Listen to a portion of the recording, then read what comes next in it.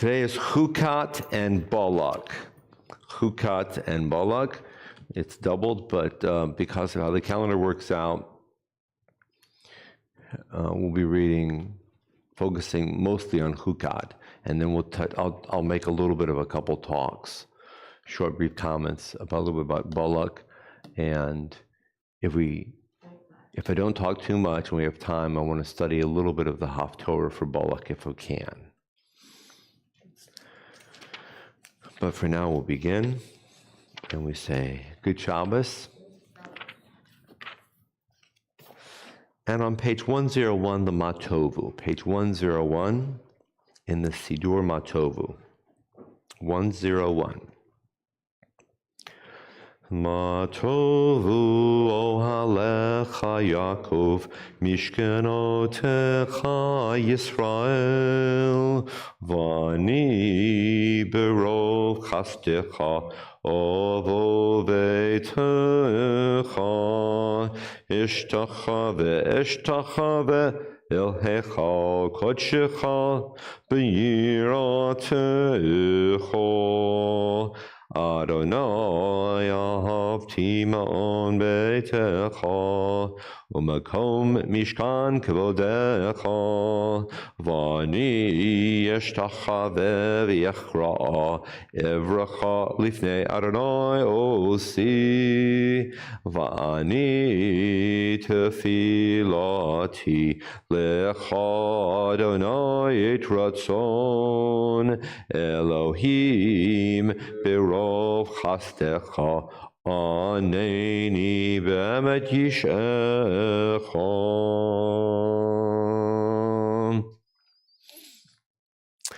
The bracha for the talit, Baruch atah Adonai Eloheinu melech haolam asher kitshanu b'mitzvotav v'tzivanu lehita teif b'tzitzit.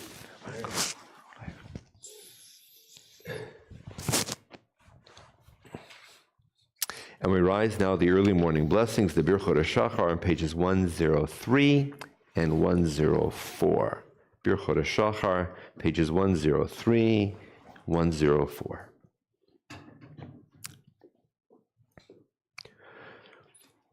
Baruch atah Adonai Eloheinu melech haolam asher natan lasech v'ivina lehavchin ben yom uvein layla.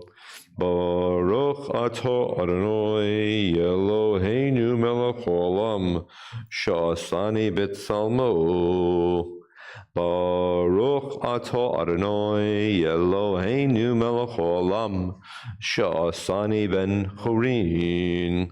Baruch atah Adonai Eloheinu melech haolam sha'asani Yisrael. Baruch atah Adonai Eloheinu melech haolam pokeach ivrim. Baruch atah Adonai Eloheinu melech haolam malbish arumim. 104. Baruch atah Adonai Eloheinu melech haolam matir asurim. Baruch atah Adonai Eloheinu melech haolam zokef kifufim. Baruch atah Adonai Eloheinu melech haolam roka haaretz al hamayim. Baruch atah Adonai Eloheinu melech haolam hamechin mitzadei gaver. Baruch atah Adonai Eloheinu melech haolam sha'asa likol tzarki. Baruch atah Adonai Eloheinu melech haolam ozer Yisrael b'gvura. Baruch atah Adonai Eloheinu melech haolam oter Yisrael b'tif'ara. Baruch atah Adonai Eloheinu melech haolam hanoten laya'ef koach.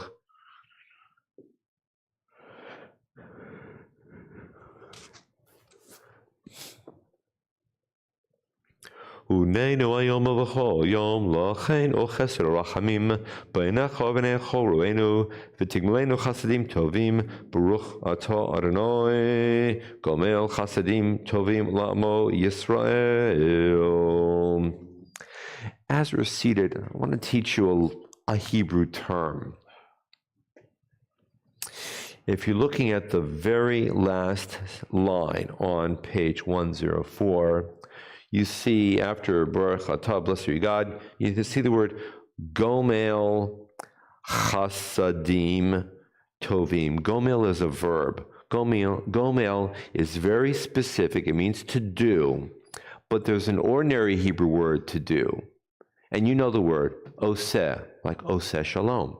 And the normal, ordinary Hebrew word in ancient Hebrew and modern Hebrew for doing something or making something is do, is oseh. Just like in Spanish, hacer means oseh, hacer means do and make. Oseh in ancient Hebrew and modern Hebrew means to do or to make. Oseh shalom, we know oseh shalom. Gomel, on page 104, is very specific and it's very particular. The verb gomel means to do chesed, to do kindness. Gomel chasadim means to do kindnesses. So the question is, why is the word tovim here? Chasadim is kindnesses. Gomel chasadim tovim, to do kindnesses that are good. Wouldn't all kindnesses be good anyway? Isn't the word tov a bit unnecessary or redundant? Gomel chasadim tovim, to do good kindnesses? Could it refer to doing kindnesses with good thoughts as opposed to merely not just giving to charity, but giving to charity with the right mental state? Could be. But even more so, typically we talk about tzedakah as a monetary charity, but Gomel Chesed is the nickname for deeds of kindness. Tzedakah, not monetary. Behavior, action, that's Gomel Chesed. And if you want to shift Gomel from verb to, I guess you call it a noun or something, the act is called Gemilut Chasadim. Gemilut Chasadim. Gemilut means the act of doing cheseds. And Gemilut Chasadim includes the embrace, the umbrella, you might say, of caring for the sick, visiting the elderly, taking care of somebody who doesn't have any food, escorting somebody to a location, comforting somebody who is down in the dumps. All those humanitarian activities are called Gemilut Chasadim, deeds of kindness. Now, because Hebrew is a very specific kind of language, we can easily abbreviate Gemilut Chasadim. And they're developed in the medieval period of time, something known as Gemach. Gemach is Gimel Mem from Gemilut, or Gomel, and Ch from Chesed, Gemach. And we actually had Gemach societies. They were called guilds. We had Gemach societies. And if you were in a certain community, you might join the Gemach society for feeding the orphans. You might join a Gemach society for offering interest-free loans to somebody who wants to open a business or needs a job. You might offer a Gemach society for caring for people who are sick. You might join a Gemach society that dealt with people who died, which has a nickname, the Hever Kadisha. You might join the Gemach society that sews the tachrichim, the burial garments, but you're not involved in the actual bathing. Or you might join a Gemach society where you sit with the deceased person and you say psalms in his or her presence all night long until he's buried, but you're not involved in the Hever Kadisha or the burial. We have many elements within our community of Gemach societies. And in English, you'll, perhaps if you're depending upon which history book you're reading, you'll come across the term Gemach, which is a Gemach. A Gemach society or a Gemach group is an organization that's founded around doing a behavior of kindness from Gomel Chesed.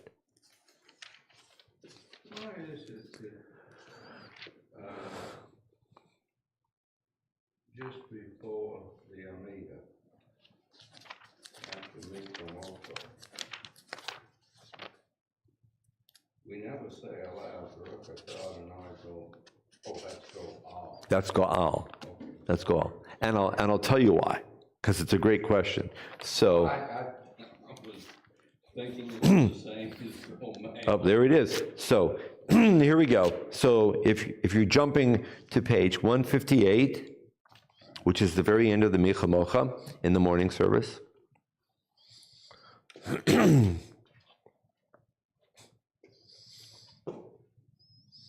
Micha Mocha section, which is Micha Mocha until the very bottom of the page on 158, is considered thematically a very important section because we are literally in our minds crossing the sea. We just got across the sea. We say, thank you, God. And this is protection. This is as if you and I are reenacting the Exodus from Egypt, crossing the sea. Pharaoh's army is drowning. That's the Micha Mocha. And it ends with Ga'al Yisrael. The Amida, as you know, is the direct conversation, the phone call that you and I have individually with God. Traditionally, you're not supposed to break your train of thought between the Micha Mocha section and the Amida. If you say the last line of the Micha Mocha, which is a Baruch Atah, out loud, somebody's going to say Amen automatically. If you say Amen, you might be, for half a second, breaking your train of thought between the Micha Mocha and the Amida. So therefore, we come up with a method of not breaking our train of thought. We don't say Baruch Atah out loud. Nobody says Amen, and we are smooth sailing from Micha Mocha right into the Amida. Goes to the tradition. The Jewish theological seminary teaches everything. Everything. This is pretty basic. This I may have learned this at JTS maybe before, but this is pretty basic. So this is pretty basic. Now, you should ask the following question, but Rabbi, don't you announce pages? And the answer is yes, I do. So officially, I'm breaking train of thought, but I know some of my people may not know which page we're on. People online may not know. Somebody might be walking in at that moment, doesn't know a minute ago I announced the prior page. And so for smooth sailing purposes, I do make announcements. You should then follow up with, what about the evening service? I'm really glad you asked. So now we go back to the evening service, which is about page 44. Where's Micha Mocha? Page 44. Here it is, Micha Mocha evening service, page 44.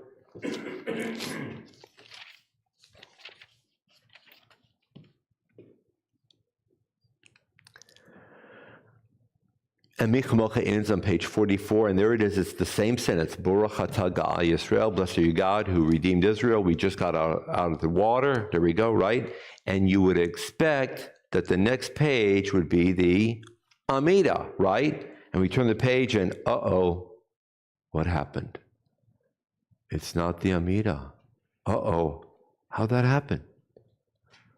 Well, the paragraph here is the Hashkivenu. It's on page 45. You know the Hashkivenu. You've seen it all your lives. The Hashkivenu is here because the Hashkivenu originally was composed to be part of the bedtime Shema. And the Hashkivenu at the bedtime Shema is a unit. And when we began to say the Shema in the evening service, people were accustomed at nighttime to having the Hashkivenu attached to the Shema. And the Hashkivenu, if memory serves, it's been a while since I've studied this, but I think this is the rationale. The Hashkivenu migrated from the bedtime Shema into the evening service, and followed right after pretty much the Shema. And there it is, it sits there. So there's that kind of interruption, like, oh, well, it's an interruption. And then because Shabbos is so very important, we have the additional insertion of the Vishamru paragraph on 46. We've kind of lost our train of thought, but we're still kind of trying to keep our minds focused, you might say. Here comes the Chatzi Kaddish. Well, there we are. So the pattern for the evening service does not follow exactly the same pattern as the morning service in terms of preventing an interruption from the Micha Mocha to the Amida. But the Amida is the next one. The Amida, it really is. It's the next major prayer after the Micha Mocha. So officially, I mean, Hashkivenu is an insertion, and it's may there be peace for all of us. So, but officially, typically, traditionally, within the framework of mindset in Jewish liturgy, Micha Mocha and Amida go hand to hand to glove.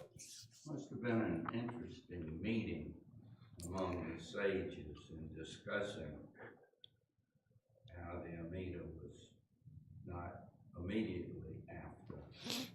And It was. Hashkirana was Right. inserted. Books are written about this kind of material, Mark. I mean, this is the exciting stuff. And we still have meetings, we have conferences, and we get all of us in the room, and we start talking about, but the Talmud says this, and the Shulchan Aruch says this, and Rambam says this, and Nachmanides says this, and what about this? And if it's a Tuesday night and it's near Tisha B'Av, then about what happens at, this is exciting. Devorah, this is a great day in the morning. This is the exciting stuff. We still talk about this. Sure. But you don't change No, service. no, we don't change No this. more. No, we don't. No changes. We might modify a couple things within a certain prayer. For example, looking at an Amida within the more contemporary arm of the conservative movement, we now have mentions of the matriarchs, Sarah, Rebecca, Rachel, and Leah. But I might imagine that there's still fairly traditional conservative synagogues that are accustomed to maintaining the original version, which only talks about Abraham, Isaac, and Jacob, right? So that's an example. But you're not going to have that whole paragraph removed, let's say. We're not going to do that. We're not going to do that. Those kinds You of. follow the prayer book, Yes, sir. and the prayer book changes every 50 years. A Or pro- so. Or however long we use it. It's right. And now we use this, and it has the matriarchs and a few, I assume, a few other. Exactly. citations. Exactly. But Footnotes and. right. But it's really fascinating. I mean, if you look at, I'm going to call this modern history. I think it's really fascinating. One of the very first things that comes out of what becomes the early Reform movement is a new Siddur. Just about the first thing that the new Shabbos. Just about the first thing that the Reform movement comes up with is a prayer book in the 1780s in Europe, Germany, and then France. And then people move to the US and they bring the Germanic prayer book. And within a short span of time, 10, 20 years, what happens? You have an early Reform American prayer book. And shortly after that, when you have the conservative movement coming out, what's one of the first things the conservative movement does? It issues a prayer book. When you have the Reconstructionist community establishing itself, 19-teens, 20s, 30s, maybe really more like late 30s, the first thing it does when it's really becoming a movement, establishes a new Siddur, which is different than the conservative and Reform. And then you can trace the emergence, and nearly every generation within what we call organized movements, a new Siddur comes out. And I see that as fascinating. I see it as a window into the mentality of what does a Jewish community need or want or desire, or how do we best as a community address our perceived prayer needs. And we issue a new prayer book. And some of them, especially within the Reform and Reconstructionist communities, I think are a bit more drastic in their changes. And not so within the conservative movement, but there are still modifications. But you can you can trace lines, folks. You can trace history. It's nearly every generation. And that's because every generation is a new community in need of new expression. Fascinating. You can pull it off the shelf and you'll see the timing. I think it's amazing. Exciting. Where are we? I don't know where we are. We are, okay, well, let's turn to an oldie but goodie. Ashrei, page 136. Please.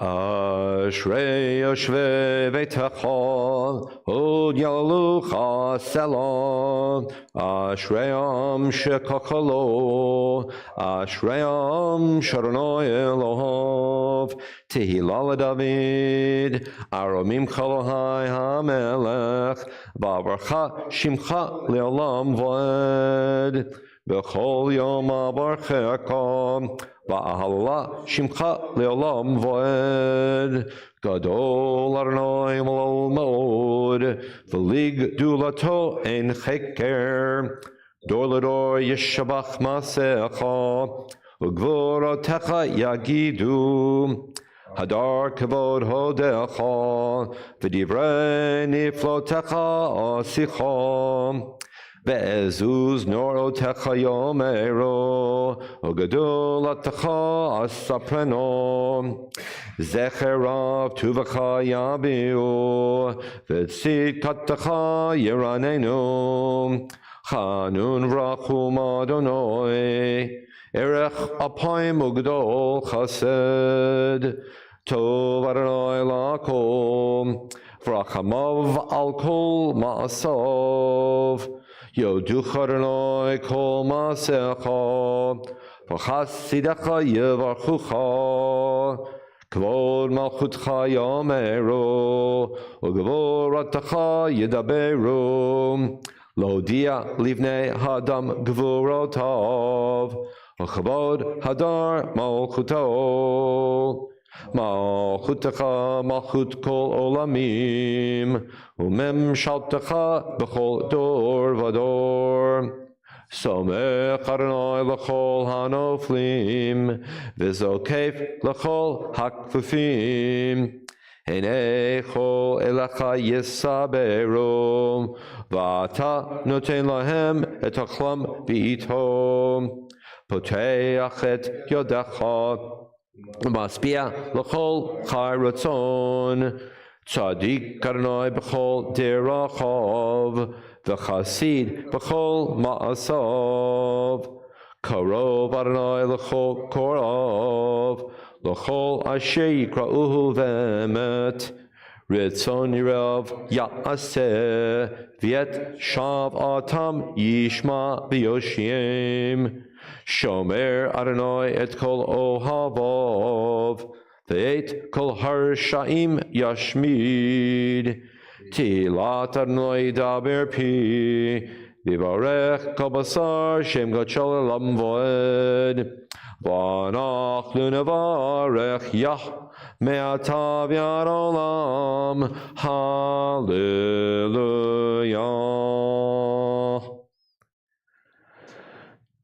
And on page 141, please.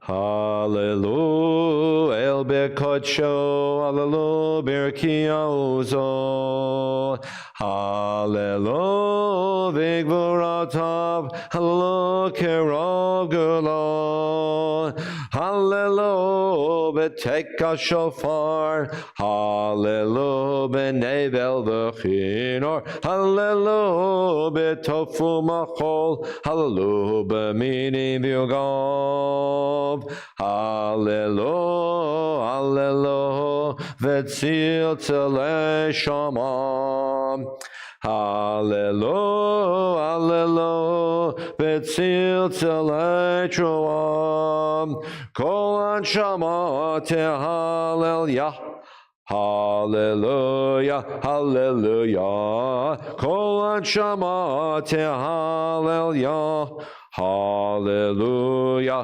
hallelujah. Yishtabach on page 148.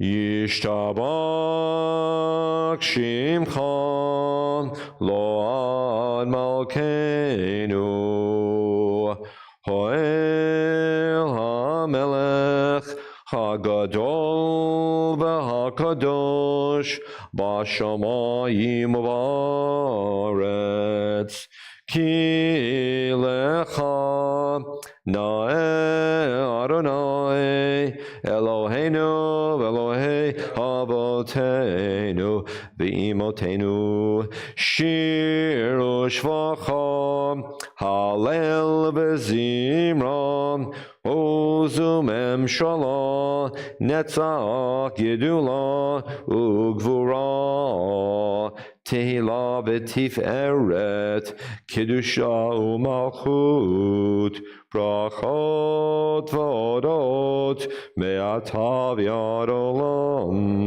Baruch atah Adonai El Melech Batish Bachot El Odot Adonai Niflot Abocher B'Shirei Zimra Melech Elchei Olamim. We rise, please, on page 150, Birkat HaOr.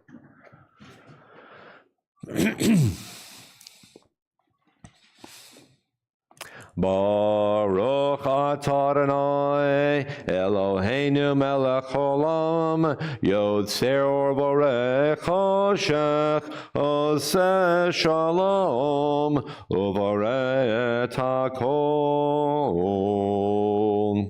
Baruch atah Adonai, our God, sovereign of time and space, forming light and creating darkness, bringing harmony while creating all. And as we're seated on page 151.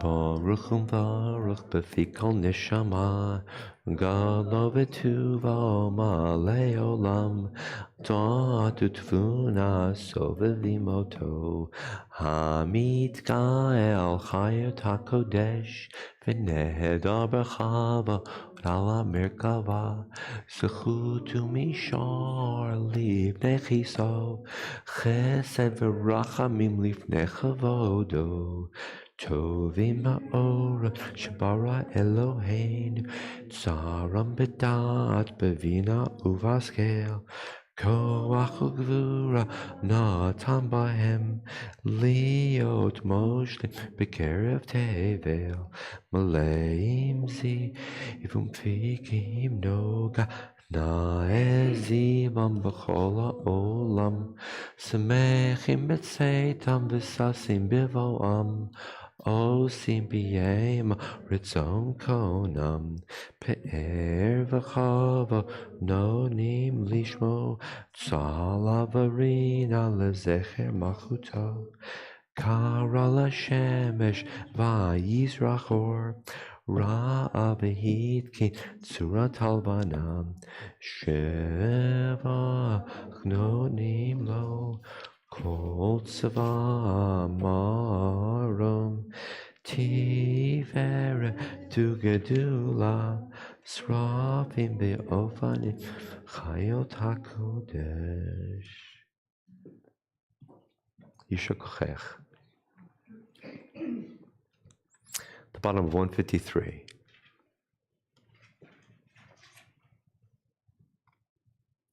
The Lord just led us in a song poem reminding us that there are angels that are singing along with us. And if you look at page 153, the last paragraph beginning with they, that's talking about symbolically in a vision, in a poetic experience, you might say, angels. They offer adulation to God whom they bless. They chant songs, and they voice their praise to the sovereign, the living and enduring God. For God alone achieves victory, creates a new master's war, sows righteousness, cultivates deliverance. God can do anything affecting healing, is praised with reverence, and is the author of wonders. In God's goodness, the work of creation is renewed each day. As the psalmist declared, thanks to the creator of the great lights, for God's love is everlasting. All that's praise. And now we ask God for something. God, cause a new light to shine on Zion, the land of Israel. And may we all soon be worthy of its illumination. And while you could argue that because these 3 pages are talking about light of a visible nature, that we're asking that we want the sun to continue to shine over Israel, I tend to think that we're talking about something else in our request. We're asking God to shine a light of blessing, of protection, of safety, of inspiration, that people live together in peace, in an experience of enlightened understanding, light. Or Chadash al Tzion Ta'ir, Or Chadash al Tzion Ta'ir, Or Chadash al Tzion Ta'ir, Or Chadash al Tzion Ta'ir.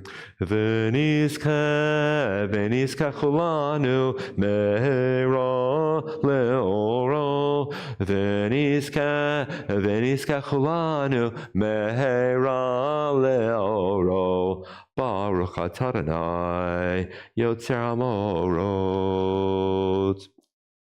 The top of page 154, the first paragraph of Ahava Rabbah. You've loved us deeply, Adonai, our God, and showered us with boundless compassion. Avinu Malkeinu, for the sake of our ancestors who trusted in you and to whom you taught the laws of life, so may you be gracious to us and instruct us. Kind Creator, have compassion for us.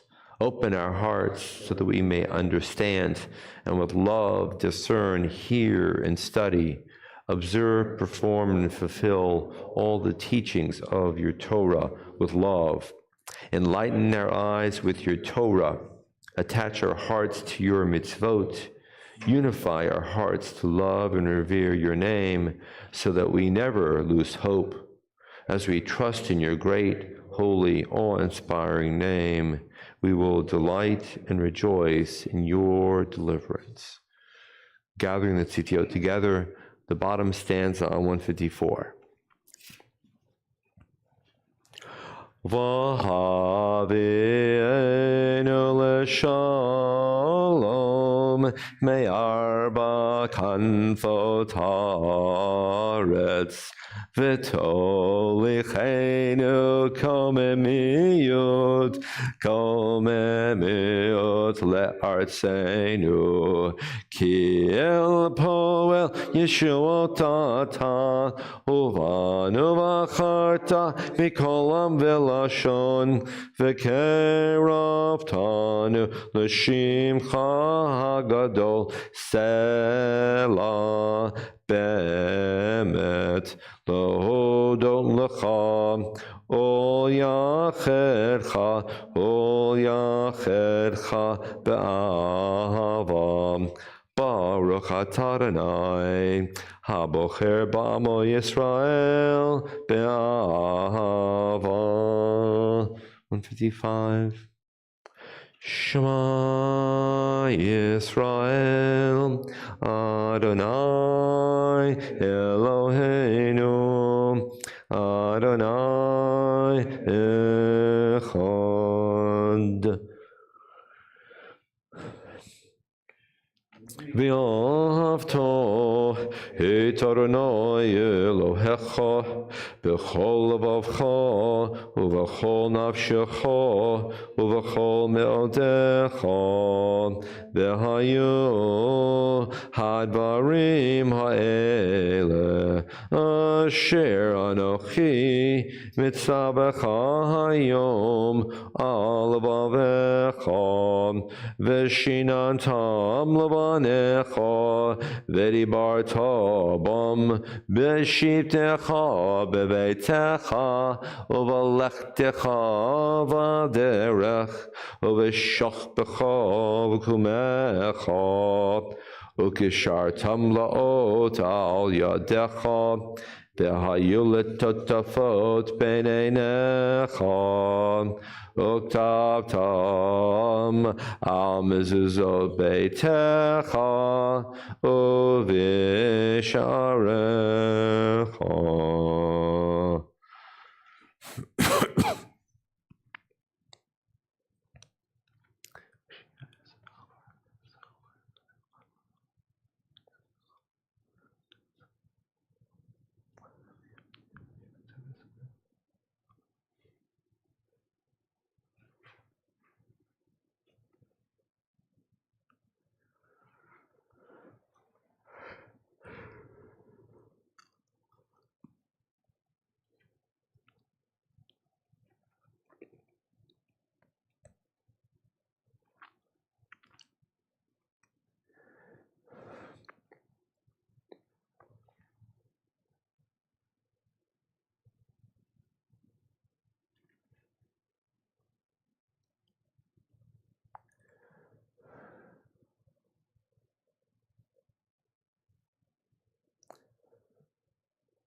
Vayomer Adonai el Moshe lemor taber el bnei Yisrael v'amarta lehem v'asu lahem tzitzit al kanfei vigdeihem l'dorotam v'natnu al tzitzit hakana petil techelet v'yalachem l'tzitzit Uritem oto, uschartem et kol mitzvot Adonai, v'asitem otam, v'lo taturu, acharei levavchem v'acharei einechem, asher atem zonim achareihem, mo'an tizkuru, v'asitem et kol mitzvotai, v'item kedoshim leloechem, ani Elohechem. Asher Otzeiti etchem meretz Mitzrayim liyot lachem lelohim ani Adonai Elohechem Adonai Elohechem emet. On page 157, the last three short stanzas on the English side. Blessed are the ones who attend to your mitzvot and place your teaching and words on their hearts. Truly you are the ruler of your people, mighty sovereign who takes up their cause. Truly you were at the beginning and you will be at the end. Aside from you, we have no ruler who can redeem and deliver. Page 158. The first red arrow. Tehilot le'el elyon baruch hu mevarach Moshe u'Miriam u'vnei Yisrael lecha anu shira b'simcha rabba v'yamruchu lam mi chamocha b'elim Adonai mi kamocha nedar b'kodesh Norati lot ol seifele Shira chadasha shibchu geulim L'shimcha sefat hayam Yachad kulam hoduvim lechu v'amro Adonai imloch Baruch La'olam Va'ed Tzur Yisrael Kuma Be'ezrat Yisrael Ufdechinu Mecha Yehuda Yisrael Go Aleinu Adonai Tzvot Shemo Kedosh Yisrael. Beginning aloud on 159 through 161, and thereafter a few moments of silent prayer.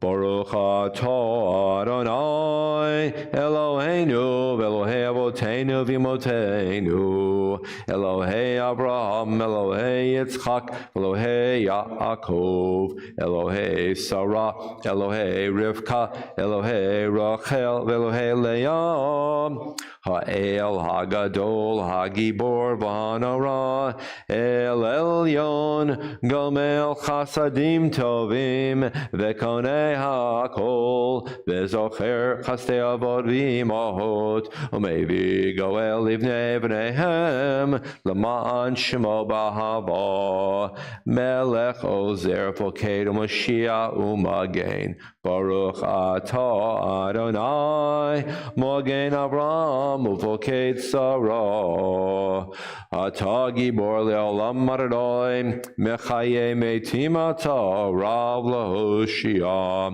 Mechalkel Chayim Bechesed Mechaye Metim Berachamim Rabim Somech Noflim Berofei Cholim O Matir Asurim O Mekayim Emunato Lishenei Afar Micha Mocha Baal Gevurot O Medo Melach Melech Memit O Mechaye O Matzmiach Yeshua Fneman Atalachayot Metim Baruch atah Adonai Mechaye Hametim Nekadesh et Shimcha ba'olam Kishem shemakti shomoto b'shmei marom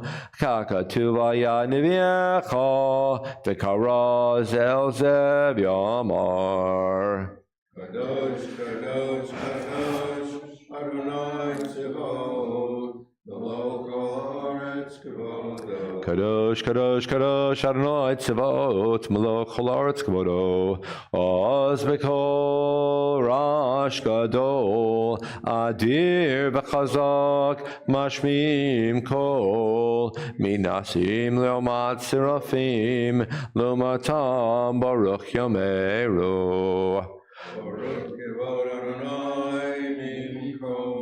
Baruch Mimkomo, Mimkomcha Malkeinu Tofia, V'timloch Aleinu, Ki Mechakim Anachnu Loch, Matai Timloch B'Tzion, B'Karo B'Yameinu L'Olam Va'ed Tishkon, Tit Gadal V'Tit Gadash B'Tok Yerushalayim Yircha, L'Dor V'Dor, Ol Netzach Netzachim, V'Yeneinu Tirena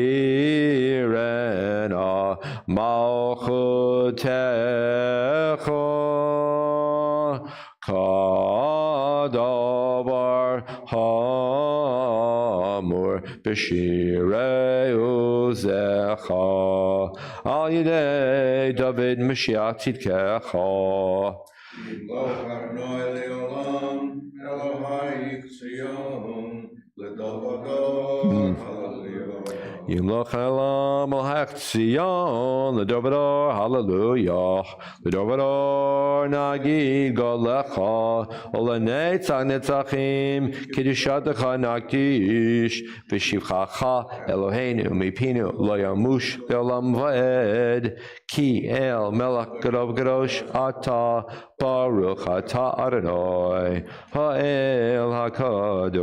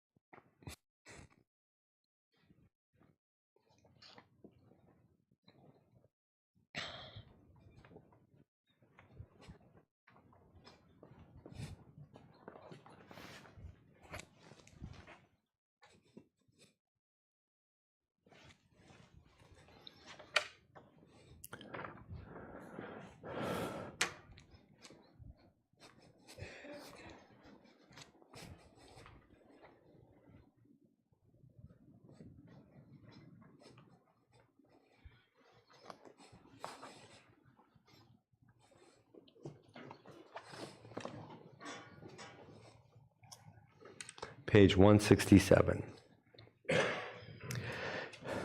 Yitkara v'ikara shmei rabo, b'almad v'imru, amen, yehi shmei rabo mevorach, olam li'olmei olmaya yitbarach, yitbarach v'yishtabach v'yitparvin v'sei v'yidarav shmei kudisha, b'rechu, le'elam and kombrachata v'shirata, tishbach v'imru, amen. Titkabel tzoltam d'chai Yisrael kadam shmei miru, amen. Yehei shlam rabba b'tmachem v'imiru, amen. V'seh shal b'mama v'yaseh shal u'malin v'imiru, amen. The Torah service begins on page 168. Ein kamocha ba'Elohim Adonai, v'ein k'ma'asecha, malchutecha malchut kol olamim, u'memshaltecha b'chol dor v'dor. Adonai melech, Adonai malach, Adonai yimlach, le'olam v'ed, Adonai oz lamo yitein, Adonai yevarech et amo v'shalom, av harachamim heitiv avirtzoncha et Zion, tivnechamot Yerushalayim, tivnechamot Yerushalayim, kivecha levad batachnu, melech elram v'nisa hadon olamim.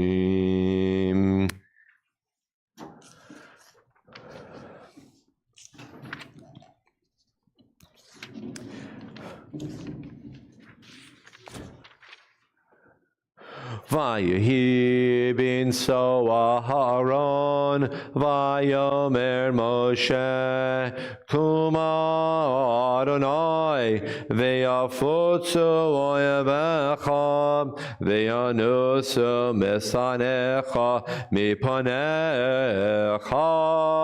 ki mitzion teitzei Torah, ki mitzion teitzei Torah, u'devar Adonai mirushalayim, Baruch shenatan Torah Torah, Baruch shenatan Torah Torah, le'amo Yisrael b'kedushato. Ribbon Shalom.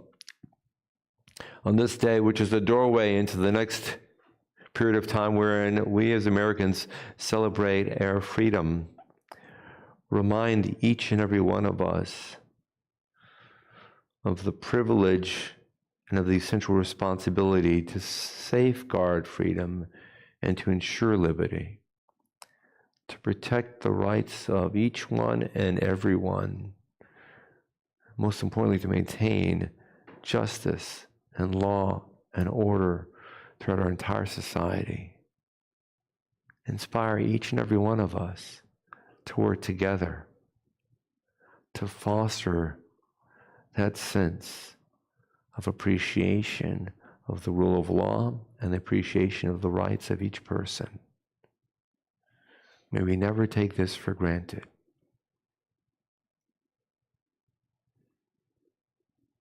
Be'en Orachetz on page 170 at the bottom. Be'en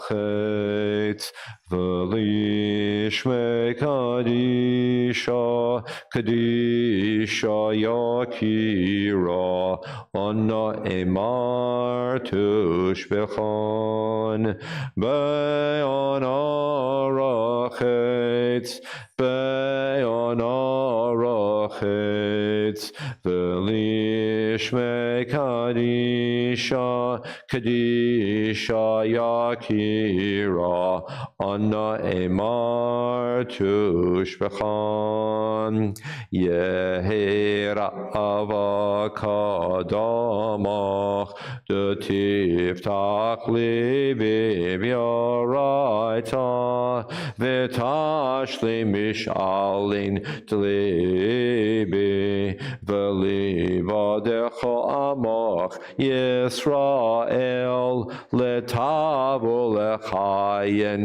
V'Lishlam Amen.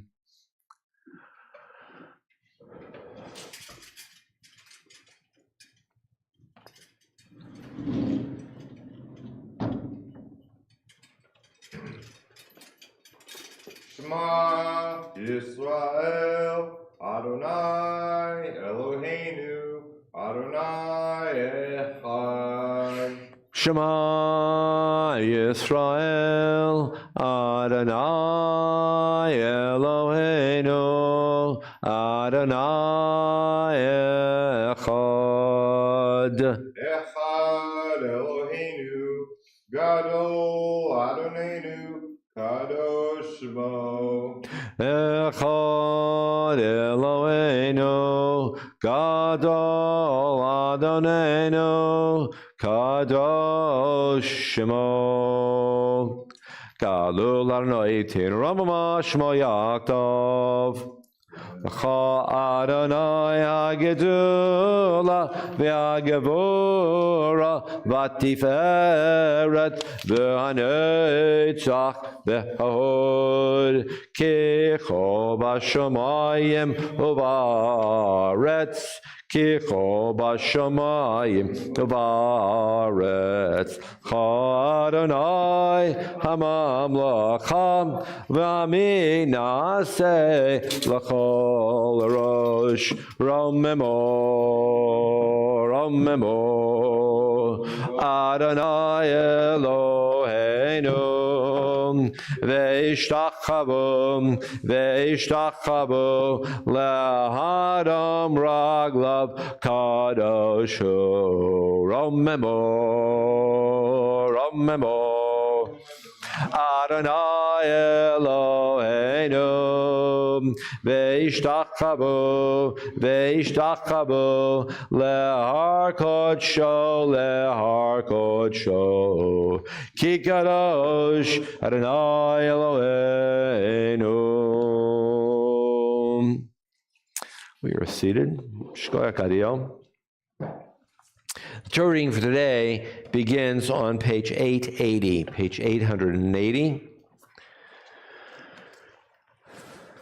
And there are a number of elements within this parsha.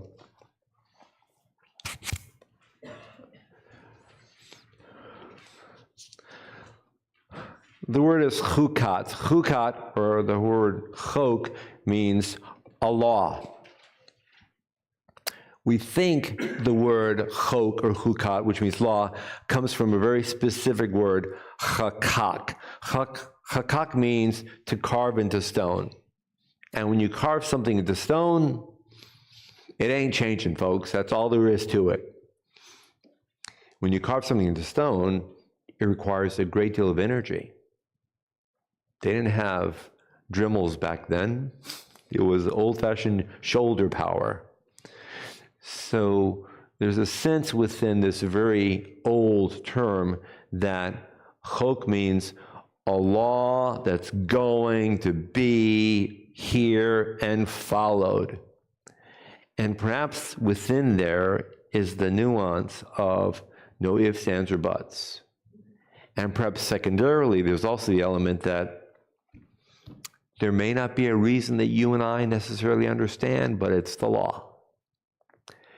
And we're dealing here with one of the most obscure and challenging and perplexing mitzvot in the Torah.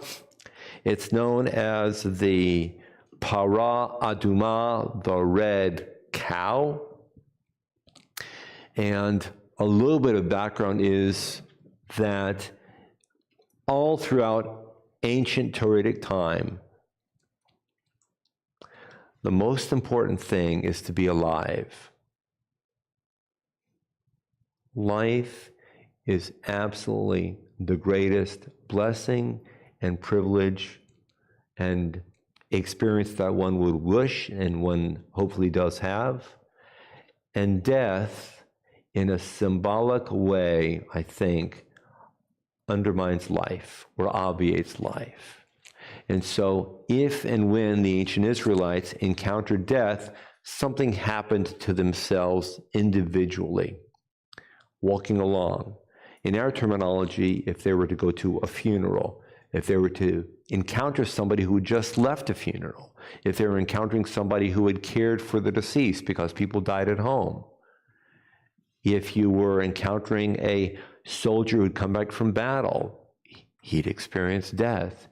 And I think of it as an invisible cloud that in a certain way would gravitate to the Israelite and in a way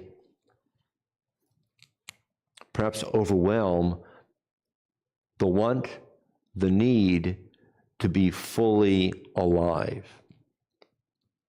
And I think that's why there's so much attention given in the ancient days to avoiding death, or if you deal with happenstance, one person or somebody else who died, there needs to be a method for removing that touch, that invisible cloud from you. And that's what we have here, the para aduma, the red cow. That's the best that I can come up with. If we are to believe that only Joshua and Caleb reached the promised land Yes. for a period of 40 years, and if we assume And the newly born people being born then. right, Yes. the original Exodus, Yes, right. and there were about, give or take, 2 million Israelites that left. Right. That they must have been facing death daily in multitudes of people. Mm-hmm. And what's interesting is that, I know they didn't all live, in the same household. right, But in the same neighborhood and the same clan, yes, and people are dropping all the time. people, and no antibiotics, right? No fluoridated water. So, If they had it wouldn't do any good because they're not supposed to make it. right. And what's fascinating to me is that there's no mention of, we'd say, ordinary death anywhere in the books of Exodus, Leviticus, Numbers, and Deuteronomy. We know about Korah, we know about some plagues that wiped out some bad guys, we know about war, we know about Miriam, Aaron who die in this parsha, and Moshe dies at the end, but we don't know about Tom, Dick, and Harry, or, Francesca, who just died. The quail, right? So we know about, extraordinary circumstances, but we don't know about what happened on a Tuesday when somebody died or some bodies died, and where were they buried and what happened. It's not mentioned anywhere, Well, which is fascinating to me. there's some mention about the length of life Correct. in the Torah where people live, many long lives. Yes. But But as we see with the ancestors of Abram, Isaac, and Jacob, and the wives, the matriarchs, we know that there was a protocol for burial. And we've seen that fairly elaborately in varying descriptions, you might say. And we have a little bit for Aaron and Moshe and one phrase from Miriam, which we'll talk about a little bit later on. But we don't have descriptions or depictions of even burials for the rank and file Israelite, which confuses me and perplexes me. But we have a lot of focus on what happens when we come in contact with somebody who died. So I argue that taking into account Chukat and also much of what we've seen in Vayikra and Leviticus, that there was a need to remove that sense of vulnerability of death, which must have been pervasive. And I suppose that's a frightening experience if you're living in a wilderness where you don't have a home.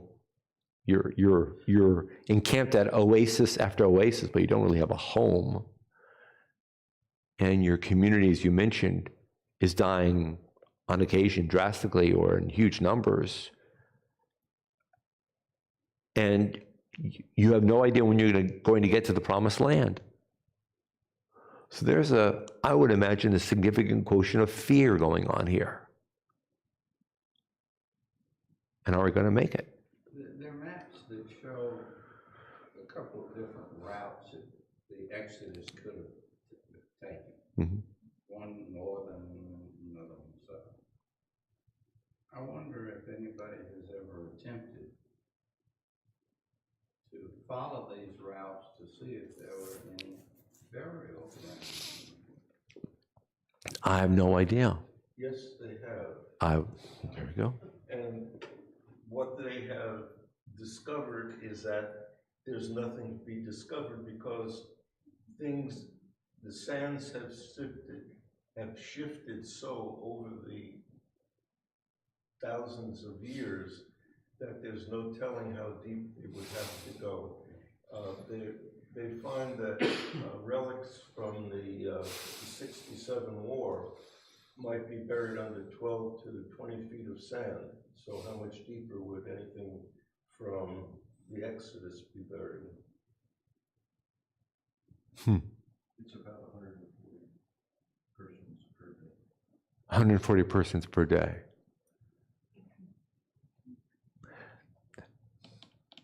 That's a lot. That's a lot. When you consider the number of people and Right. the harsh conditions. Right. Parsha. Yamot Moshe Hirsch, Yamot Moshe Benishman Yalkim Shon, Pushisto, Prabhakam, Hayom.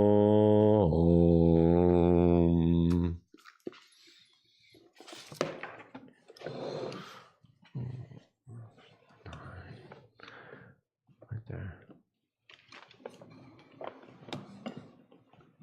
Baruch Adonai, Baruch Baruch Lam Blen. Baruch atah Adonai Eloheinu melech haolam asher bacha banu min kol ha'amim v'nasa lanu es toraso Baruch atah Adonai Shmo.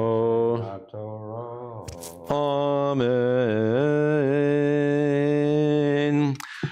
Vaydaber no Moshe le'Aaron lemor zot chukat Torah shitvarno lemor teber ben Israel v'chvei lecha fara aduma tmima asher in bahmum asher lo ala ha'ol untatem mota el Elazar hakohen v'tzi ota el michutz l'machaneh v'shachat ota lefanav v'lekach Elazar hakohen midama petzbo tizah El nochach pnei ohel moed midama shava pamim sarafat Torah leina v'torah v'besara v'tama al prishat Yisrov v'lekach hakohen eitz erez ve'ezov u'shni tolad v'yishlich el toch srivat ha'parah v'chibes v'gadav hakohen v'rochatz v'sara b'mayim b'char yavo l'machaneh tamei hakohen ar arev v'asaref ota yechabes v'gadav b'mayim v'rochatz v'sara b'mayim v'tamei ar arev V'asap ish tahor et efraha הפרה,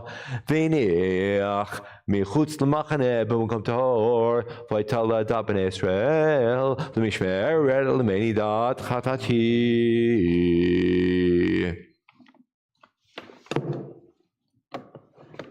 Baruch atah Adonai Shmo. Eloheinu melech olam asher nasa lanu Torah semes l'chayei olam notah v'sochenu.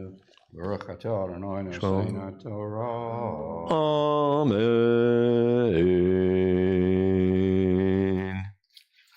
Shkoyach.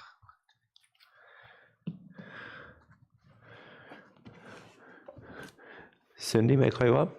Tamon Rivka Bat Leiki Levi Lesheni.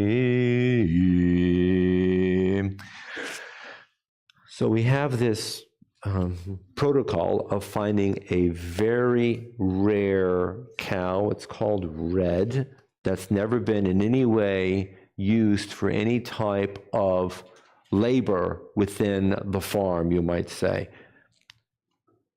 And it has to be entirely red. Later in the Mishnah, then in the Talmud, it talks about how even if an animal had more than 2 white hairs, it would be considered ineligible to be the red heifer. So it's got to be an unusual cow, and because it's unusual, it's going to be in a kind of an off-limits manner, and then you sacrifice it, and you mix with it all these various ingredients, and all these ingredients, the hyssop and the dye and the color, they're all reddish brown. And I think I would imagine, I don't know, I think the purpose of this is that the remnant of the mixture looks reddish brown. And it's a visual that parallels blood. And blood loss is death, and blood contained is life. And so you have this reddish potion that is stockpiled, and it's contained for as long as you can, for potentially generations or more, and you take a little bit of this, you mix it with water, and the Kohen, on the right occasion, if somebody comes in contact with a corpse, sprinkles a little bit, there it is.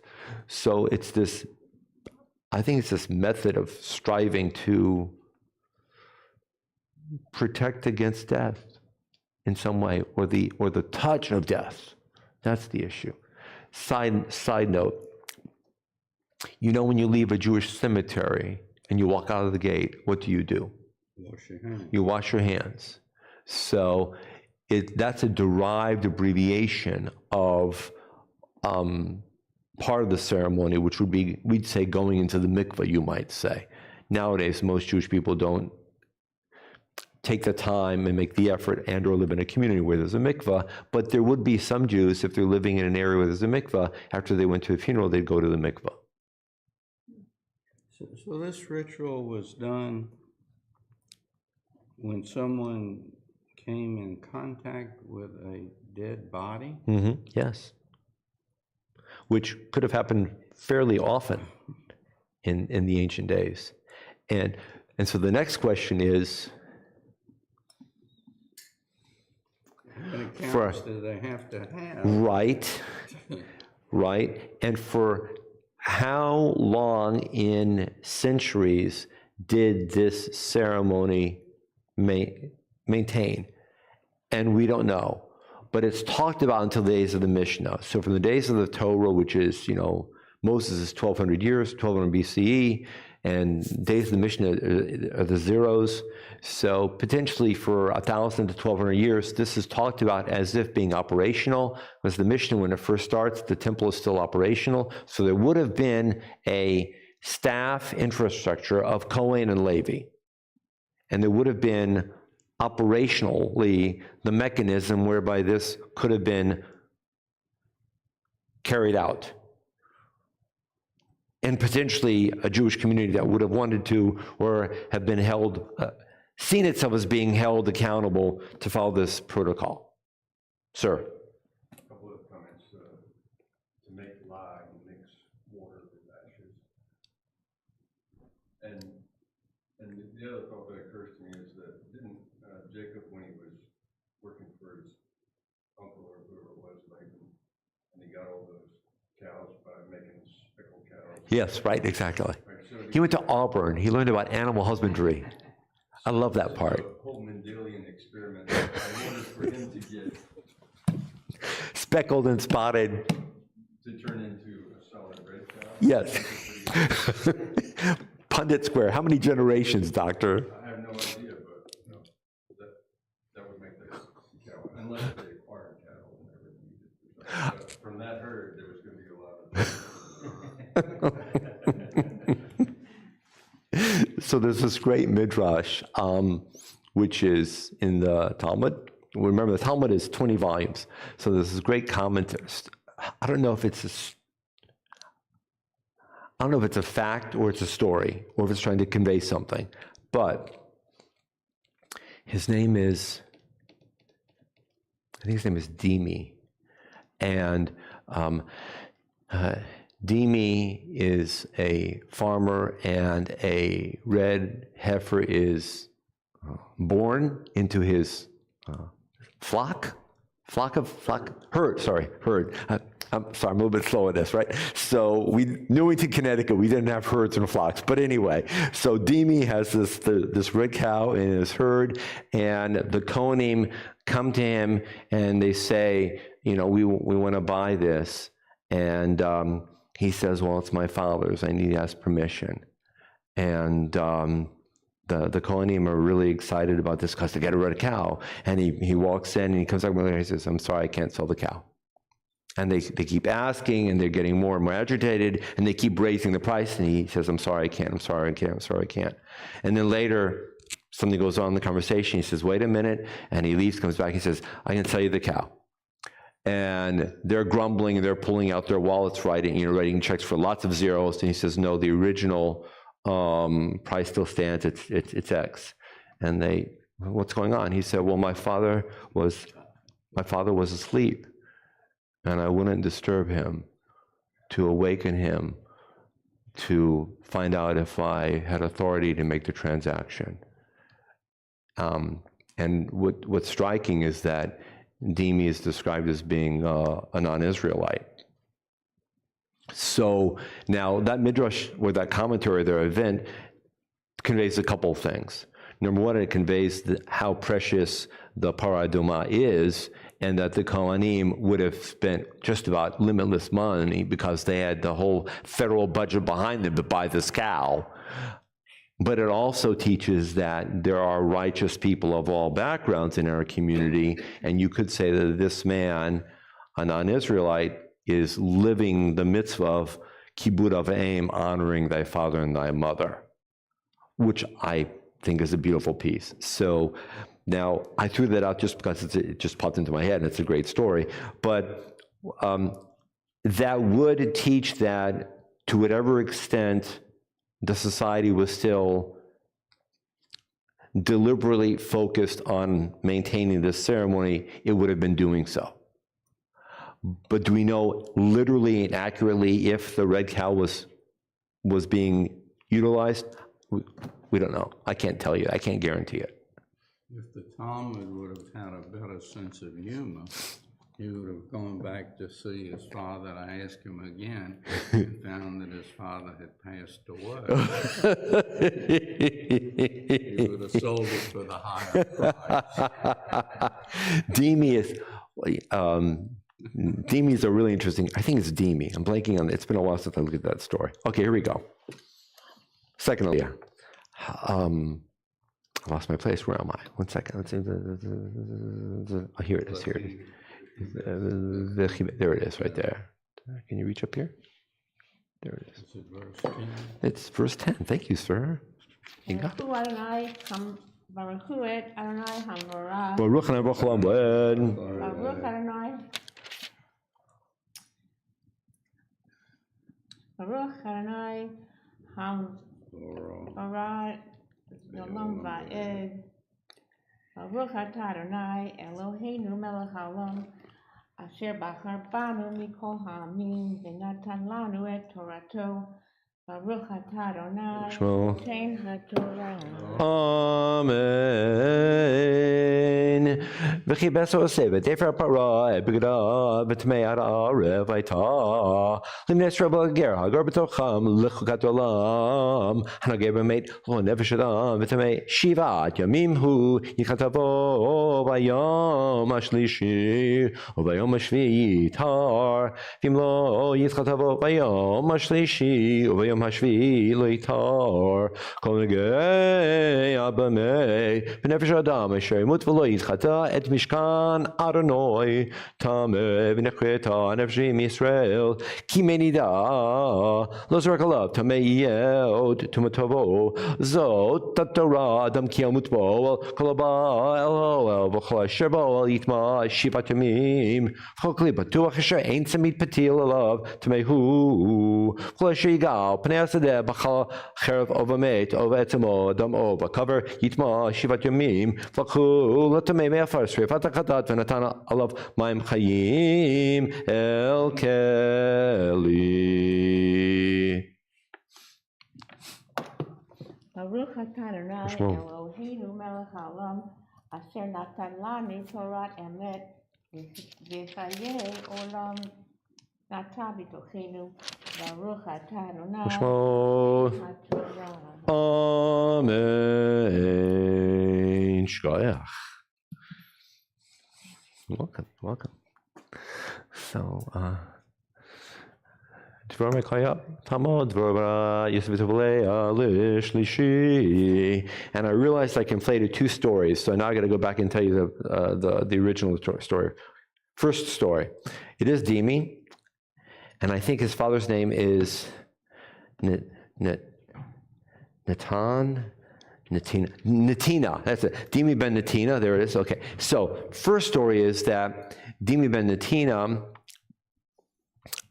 has a jewel, and the Kohanim want this jewel for a decoration for the high priest. And they come to Dimi ben Natina and they ask, we want to buy this.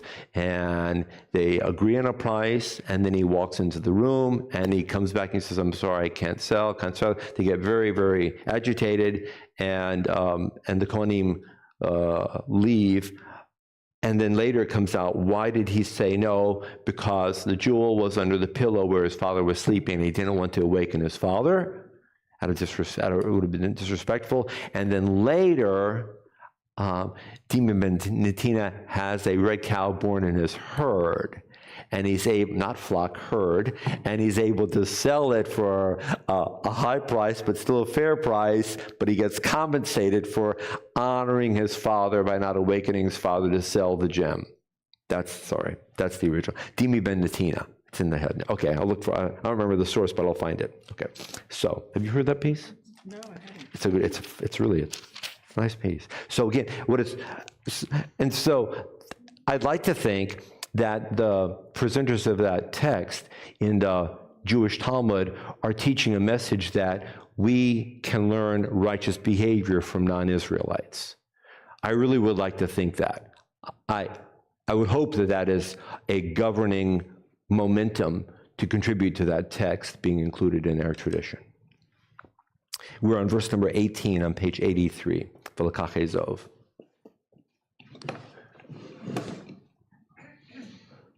V'lekach, right there. Baruch hu et Adonai Hamorah. Baruch Hanai Baruch Olam Boen. Baruch atah Adonai Eloheinu melech haolam asher bachar banu mikol ha'amim v'natan banu et torato. Baruch atah Adonai B'shmo. Torah. Amen.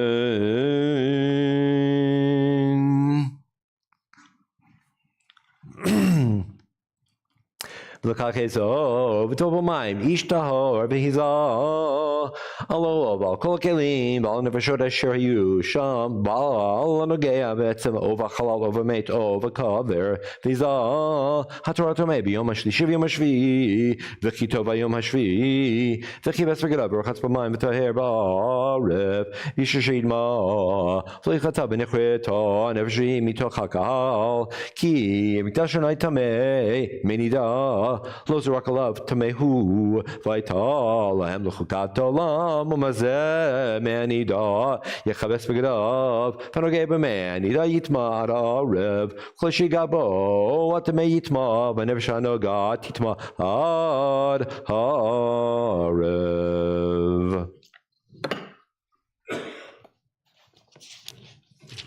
Baruch atah Adonai Ushmo. Eloheinu melech haolam asher natan lanu Torat emet v'chayei olam nata b'tochenu. Baruch atah Adonai Ushmo. Torah. Amen. Good Shabbos. Rufa Moshe. Yamar from Moshe Yaakov v'Sarachel Levi. We're beginning on page number 883, chapter 20. And again, we notice something, or I noticed something, that in many outlines of events that are taking place, timing is not mentioned. We don't know how much time is passing between this encampment being in this location or that location. It's in that blur of what we call the 40 years wilderness experience. And we're going to deduce, because of what happens with Miriam, that this is the time when the second water drop happens from that mountainside. It's the second event of the water, which means that we're 38-ish years after the first episode of the water. But what I'm struck by is here on the top of 884, which is inside this the first sentence of this aliyah, Miriam dies. Miriam is the eldest of the three siblings. We do not know her age in comparison to Aaron or Moshe. We know that Aaron is 3 years older than Moshe. We do not know how old Miriam is. So it's the first month, whichever year that is, let's say 38, 39 years approximately after the Exodus. And the people dwell in a place called Kadesh, which is kind of near border control, leaving the Sinai, getting ready to go into the Negev. So they're close to being on the doorstep, the threshold nearly of being in the promised land. And Miriam dies, Vatamat Shemir, and Miriam died there, V'tikaver Sham, and she was buried there. V'lo haya mayim la'edan, there was no water. And when you're in a wilderness, and you've got people and children and animals, you ever been in a hot place where there's no water?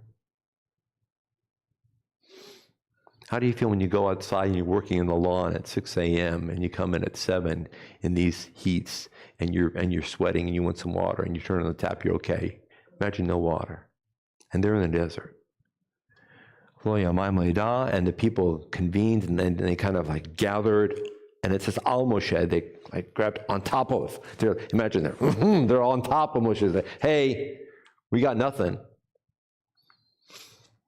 Vayarev ha'am im Moshe, and the community argued. They were hostile. They were in conflict with Moshe and Aaron. And that's where we're going to have the second scene of the water. But what jumps out at me is that Miriam has been the leader, among the leader, for nearly 40 years, and they buried her there. And what's missing?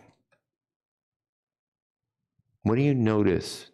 Or what should you be noticing but is not there on the page?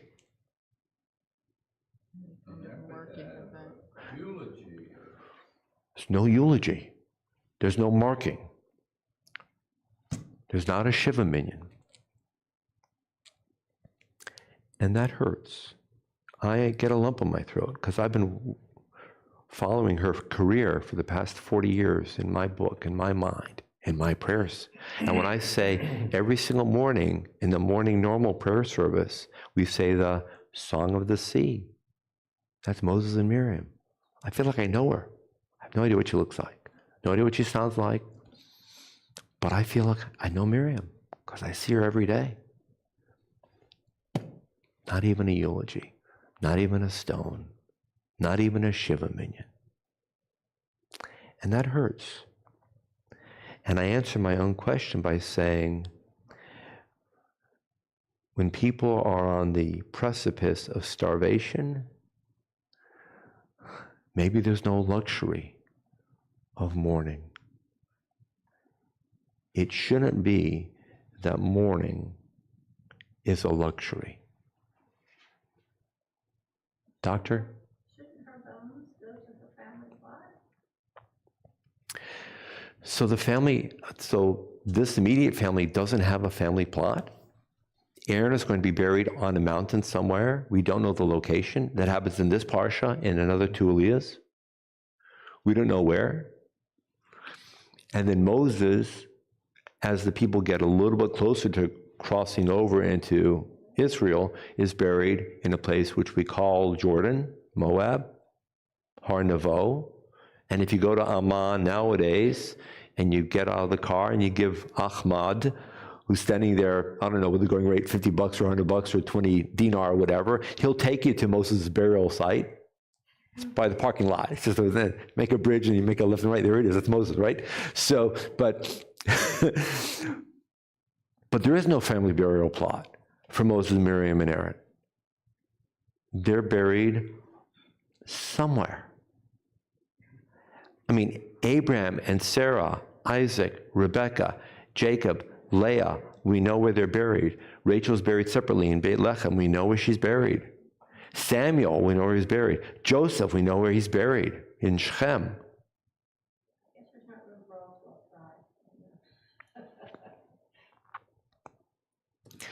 tribes. So it grates on me that there's no response to Miriam, and the only thing I can come up with is that when the people literally see themselves as being on the edge of collapse, they can't afford the presence of mind to grieve, mourn, or something, whatever the term would be, respond. So, and you'll see later when we turn to, so by contrast, if you look at the top of page 888, this is a little bit later. This is the scene where Aaron is buried. Aaron dies. All the house of Israel bewailed Aaron 30 days. That's Shloshim. By the way, folks, what's typical Jewish burial? What's traditional Jewish burial? A mourning? 30 days. You say Kaddish for 30 days for family members. The only exception is the parent. You add 11 months. But for loved ones, we mourn for 30 days, and it's based upon, and by the way, when Moses is described as dying at the end of Deuteronomy, the people mourn for 30 days. So that sets what we call the halachic parameter that goes on from thousands of years ago until today, that ordinary mourning typically for family members is 30 days. Now, Moses and Miriam and Aaron are of the same family. Obviously, they're siblings. So if Moses and Aaron are being mourned for 30 days, it would have been that Miriam should have been mourned by the nation for 30 days. But I think the nation was just not in a mental experience that it could mourn. Perhaps Which they saddens didn't me. have the same reverence for Miriam. Maybe. But, I mean, that hurts. That hurts my feelings. Well, On behalf of her. but it may Well, be the case. Yeah, maybe, could be, possible. So here we are. We're beginning on page 883, and it's verse number 20.1.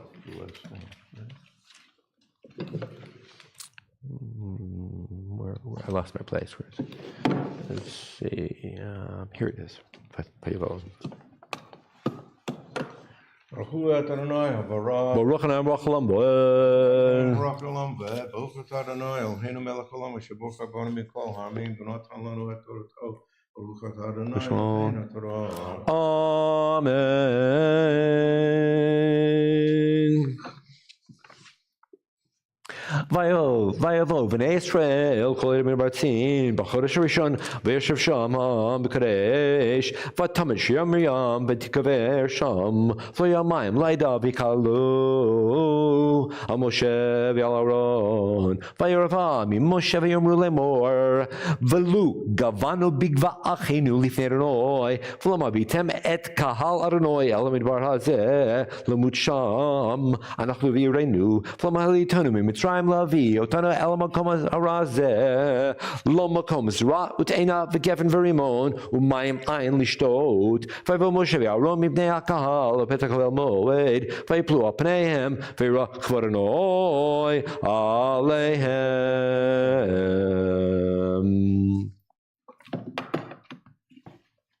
ברוך אתה אדוני שמו. אלוהינו מלך העולם אשר נתן לנו תורת אמת וחיי עולם אתה ברכנו ברוך אתה אדוני שמו. נתן התורה. Amen. Okay. Can't give them away today. Hindu, would you like Malia? Tamod Hindu Barsumenu Le Chamishi. Right. Thank you. Thank you. Chamishi. So here we are, it's on page 884, and God and Moses and Aaron are together, and if you look at verse number 7, verse number 8, God said to Moses and Aaron, you and your brother Aaron, take that rod, and we know that rod because that rod is the same rod that Moses was holding when he was standing before Pharaoh and getting ready to do all those plagues. It's the rod, it's the instrument. Verse 8, in English it says, order the rock to yield water, but in Hebrew it says, vidibartem, which means you will speak to the rock. Speak to the rock and say, hello, Mr. Rock, we're thirsty. I could really use, a nice bottle of Dasani right now. Please, don't you mind? And I got 600,000 guys and a few 100,000 women and some cattle next to me. So we need some water, please. You're supposed to talk to the rock. And again, the Hebrew, and I don't know if I'm making this too dramatic or not, but the Hebrew, I'm literally translating, speak to the rock in the presence of their eyes, which means everybody who's looking, vinatan meimav, literally, it says, produce water, it says, vinatan meimav, the rock will give of its waters. The rock will give of its, we could insert the word own, the rock will give of its own waters, and then you, Moses, will remove water from the rock, and you will water the congregation and its youth. You will, pour, or you will water. So you have to speak to the rock, and the rock is going to share something of its own essence that you can give to the people. What does Moses do in verse number 9? He strikes the rock as before. But first, what's he do? Vayikach Moshe mateh. He took the rod. So he followed the first part of God's command. God says, take the rod, the walking staff, and Moses takes it. So, to what extent did Moses fulfill or not fulfill the directive of God? He took the rod. God said, take the rod, so he did. If he had ignored the rod and just started talking to the rock, that'd be something else. He took the rod. And how did you get water the first time, Moses? Exactly. The rock was the rock. Exactly. So you and I can easily understand, same walking staff, 38 years ago I did this. And by the way, we don't know how long, day, hours, week, minutes, a few months, something, immediately, he just buried his sister. Are you and I really clear-headed when we just buried a loved one? We walked out of the cemetery? I think he's angry with the people too. That has a lot to do with it. And He yells at them. I've said for years that God set him up for failure. God knew what Moses was going to do, and this gave God the justification for saying, okay, you're not going into the promised land. Regardless of God's reasoning, this was his excuse to keep Moses from crossing over. You're no longer fit to be leader, which they claim is the case. Look, you led these people for 40, we need somebody new. Right. Terms up. Terms up. Term limits. Yeah, exactly. No re-election. It's over. Makes sense. It's plausible. Devorah? I don't know, I think that sounds a little harsh. I'm not sure that I go along with that, but he's clearly frustrated. Yells at the people. Right, they're fetching, and they're desperate, and he's desperate. Other thoughts? Thirsty cows make a lot of noise. I think the dehydrated, they're not thinking very well. If your cows don't have water, they're moving, and it's just nonstop. It really is compelling. You want to do something. So all the animals were thirsty, and all the people were thirsty. And if you think about it, that many people and that many cows, that's a lot of water. So what the commentary says is they were behaving like the animals. Ah, right. Right. Footnotes really give about 3 different explanations Mm-hmm. that all seem more realistic than striking instead of speaking. Mm-hmm.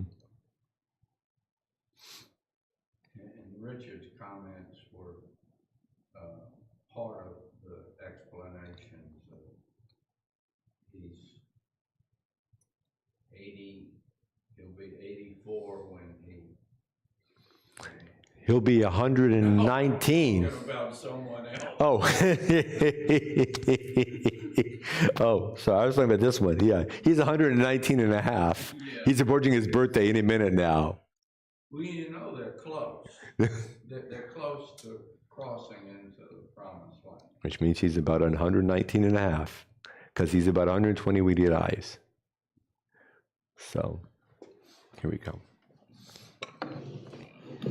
Let's see. Right there. Oh, here, let's do this. Vaidaber, which is verse number 7 on 884. Baruch Hu. Yeah, no, here. Just Baruch Hu. Baruch Hu Adonai Hambarak. Baruch Hanai Baruch Olam Boed. Baruch Adonai Hambarak Le'olam Boed. Baruch Atah Adonai Eloheinu Melech Olam Asher B'karnu V'manu V'kol Ha'amin V'tanatu Lanu Et Torato Baruch Atah Adonai Shmo. Noten HaTorah. Amen.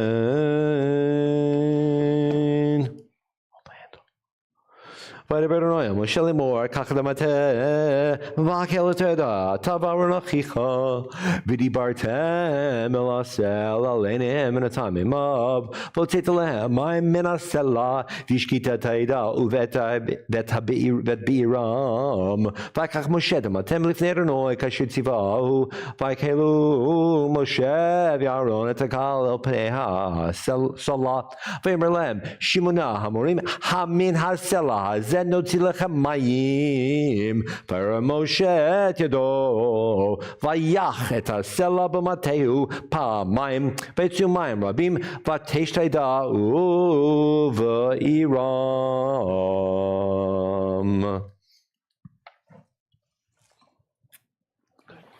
Baruch Atah Adonai Eloheinu Melech Olam Asher Natanu Lanu Torah Emes V'Chayei Olam Anata V'Eloheinu Baruch Atah Adonai Noten HaTorah. Amen.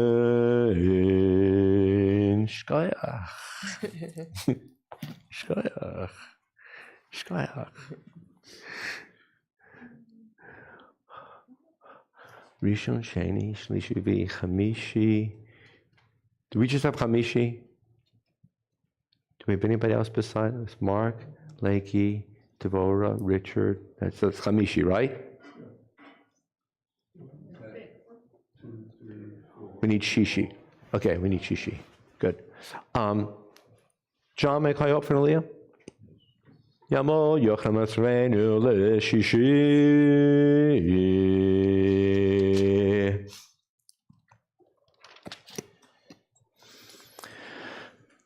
And as Richard said, this is the Aliyah. Maybe it's an excuse, maybe it's a rationale, maybe it's a justification, but this is the purported reason why both Moses and Aaron don't go into the promised land. Because at this one scene, which we could argue is fairly small, but maybe it's major, they didn't do exactly as they were commanded to do. Struck the rock instead of speaking to the rock. And so, Yan lo hamantim, you have not comported yourself as a leader or as leaders. We're seeing worse things happen. But this must be, and I think Richard's point is very well taken, that 40 years have passed. A new generation is growing up in the wilderness. This is not the generation that left Egypt. Moses and Aaron and Miriam were associated with the prior generation. A new generation may need new leadership.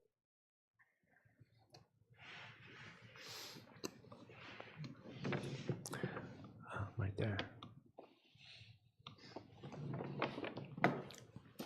Baruch hu et Adonai hambarak. Baruch Adonai Baruch Olam Bo'en. Baruch Adonai hambarak le'olam va'ed. Baruch atah Adonai Eloheinu melech haolam asher b'karvanu mikol ha'amim v'natan lanu et Torato. Baruch atah Adonai B'shmo. notein ha'torah. Amen.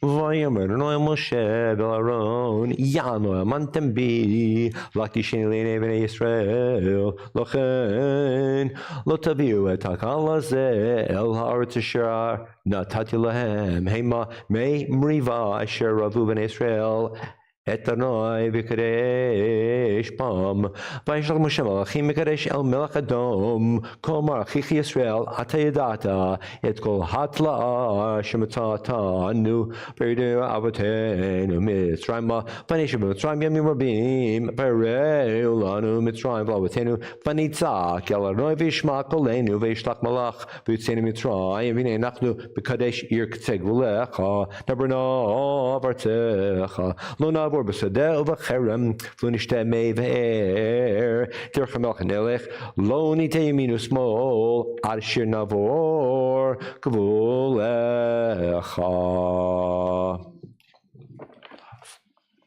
Baruch atah Adonai. Baruch atah. What do you do? No, Baruch atah Adonai Eloheinu melech haolam asher natan lanu Torah emet. Baruch atah Adonai Eloheinu melech haolam asher natan lanu Torah emet v'chayei olam nota b'tokeinu. Baruch atah Adonai B'shmo. notein ha'torah. Amen. Shkoyach, you want again? Not really. You don't have to take I do wish that there were a different way to do the succession planning here. You know, the idea that he's 2 generations older than the group of Israelites, and he really isn't the man to lead them into the conquest of the promised land. It's if you've been prayerfully studying this for these past weeks, months, years, you develop an empathetic relationship with Moses and Aaron, and these are our leaders, and it's painful, and much of our lives come out of the errors and judgment that we make as plain old mortals, and then hopefully we slowly come to learn from those errors in judgment, and we try to be better the next day, the next time. And, for 4 books in the Torah, Moses is right in front of all of our eyes. And we see him up and down, trying and trying.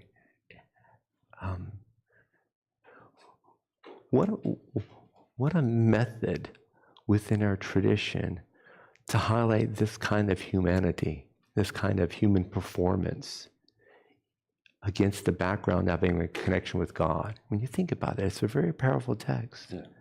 Well, I hope that this is not supposed to be the model. I'd like to retire and watch things continue.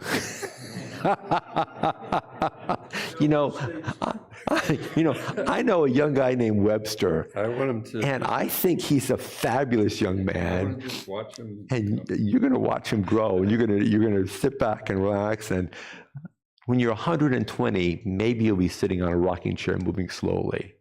But I know John Webster; he doesn't move very slowly. Mayor, may I call you up? Mayor? Yamo Mayor Shemenu Le Shvi.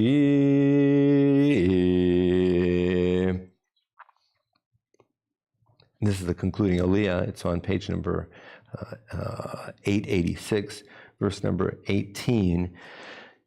And it's a shift. And so now we're talking about Edom. Edom is the descendant tribe of Esau. Esau, Jacob, brothers. So Edom and Israel are cousin tribes. Edom lives in the deep south in the Beersheba area. The Negev, if you can picture the map of Israel, that's Beersheba, that's Edom. And Moses sends a message and saying, we're walking down the highway and we like permission to go this way, and then we're going to hang a left and a right and move into our neighborhood. And Edom says, nope. You come here, we are girded for war. And Moses has to make a U-turn, and they're going to shift, and they're going to, because they don't want to engage in battle with Edom. And that's the scene here. But again, it's striking. Moses says, we're asking permission. We don't intend to consume anything. If we happen to drink some water, we'll pay for it. We're not going to do any damage. Well, it's hard if you got, 1 to 2 million people walking along with a lot of cattle. I mean, they're bound to break a few trees, right? Maybe damage a road, but they're willing to pay for it. But Edom says no, and Moses and Israel veer away.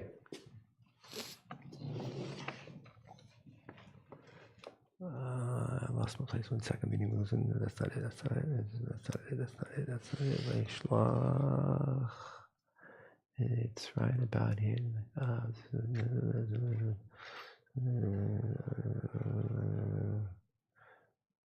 There it is. Baruch et Adonai Hambarach. Baruch Adonai B'Olam B'Ed. Baruch Adonai Hambarach Le'olam Ba'ed. Baruch Atah Adonai Eloheinu melech haolam asher bachar banu mikol ha'amim v'natan lanu et Torato. Baruch Atah Adonai noten haTorah. Amen.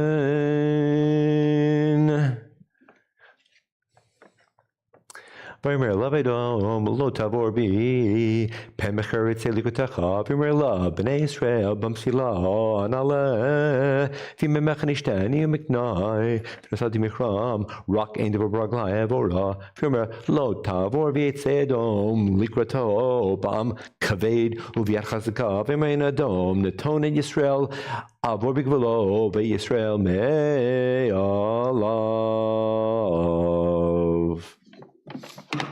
Baruch Atah Adonai Shalom. Eloheinu melech haolam asher natan lanu Torat emet b'chayei olam notar b'tocheinu. Baruch Atah Adonai Shmo. noten haTorah. Amen. There you go. He took one. Treat this as a יתגדל ויתקדש שמי רבה, וימסור בחייכון וביומכון, ובחיי דכל בית ישראל, בגלה בגלה, ובזמן קריב ואמרו אמן. יהי שמי רבה מבורך, עולם ליולמי עולמיה, יתברך יתברך וישתבח ויתפאר וינשא ויתהדר ויתעלה ויתהלל שמי דקדושה בריחו לילה מקור ברכתה ושירתה תשבחתה ונחמתה תאמירן בעלמא ואמרו amen. Our prayer for healing for our loved ones.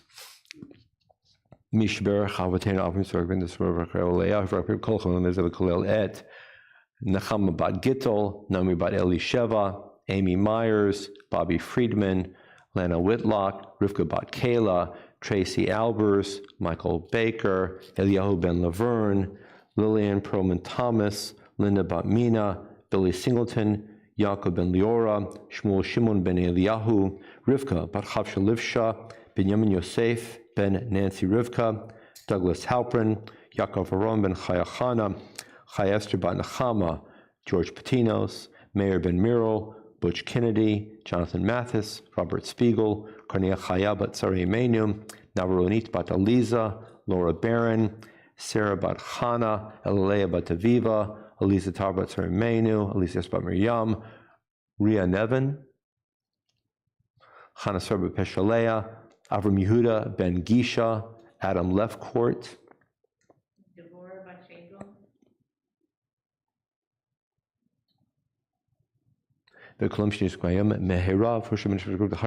Amen. For you, O God, blessed our mothers and our fathers. You knew them by name and cared for them, each one in her or in his own way. Know the names of those who are ill.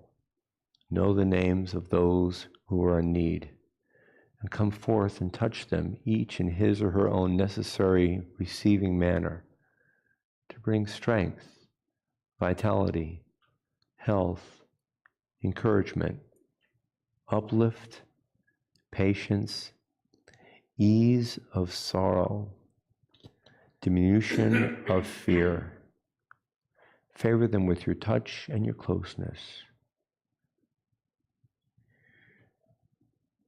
Bless them in health of mind, of body, of spirit, beginning this Shabbat and on into the future. And we all say, Amen. I want to study half a bit, and then we'll do Hagbah, and then we'll conclude. But I do want to study a bit. So if you're looking at page 887, this is the introduction to the scene of Aharon HaKohen, Aaron the high priest. And remember, Miriam is the eldest, Aaron is the middle. We're on page 887, verse number 22, setting out from Kadesh, which is, southern area, approximately border between the Sinai and the Negev. The Israelites arrived at Mount Hor. We don't know where Hor is, but instead of going directly north from the bottom of the Sinai Peninsula into the Negev, they've got to skirt Edom, because Edom just said, no, you can't come in.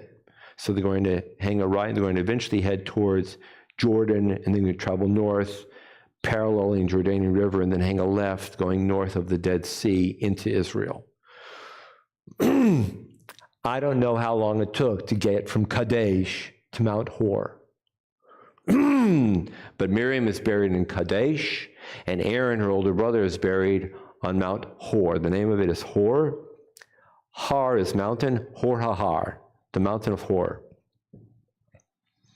Verse 24, God says to Moses and Aaron, let Aaron be gathered to his kin. He is not to enter the land that I have assigned to the Israelite people because of the inappropriate behavior at the mountain with the water and so on at Merivah. 25, take Aaron and his son Eleazar, bring them up to Mount Hor, strip Aaron of his special garments and put them on his son Eleazar, and Aaron shall be gathered unto the dead. So we have Moses and Aaron's son Eleazar. That's Moses' nephew. The three of them go up the mountain, and they place Aaron wherever they place him. He lays down.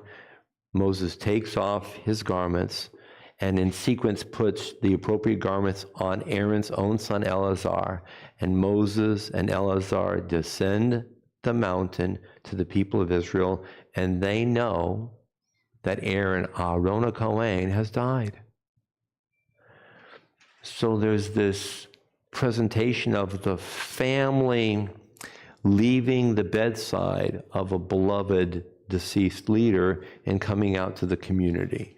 And the community responds, as we saw here on page number 888 at the top, by communal wailing and mourning for 30 days. It's painful when we lose a loved one.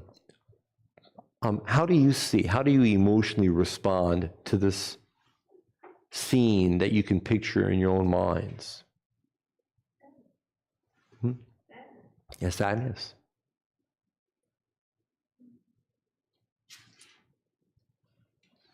It seems like God said that because of what Moses did in not doing the rock right or something, then that's why Aaron died. But so making Moses responsible for Aaron's death, what did That is, do? well, Moses and Aaron went to the rock together. They were commanded to go together, and they went side by side. No. S- He's older than Moses, Aaron is older by 3 years.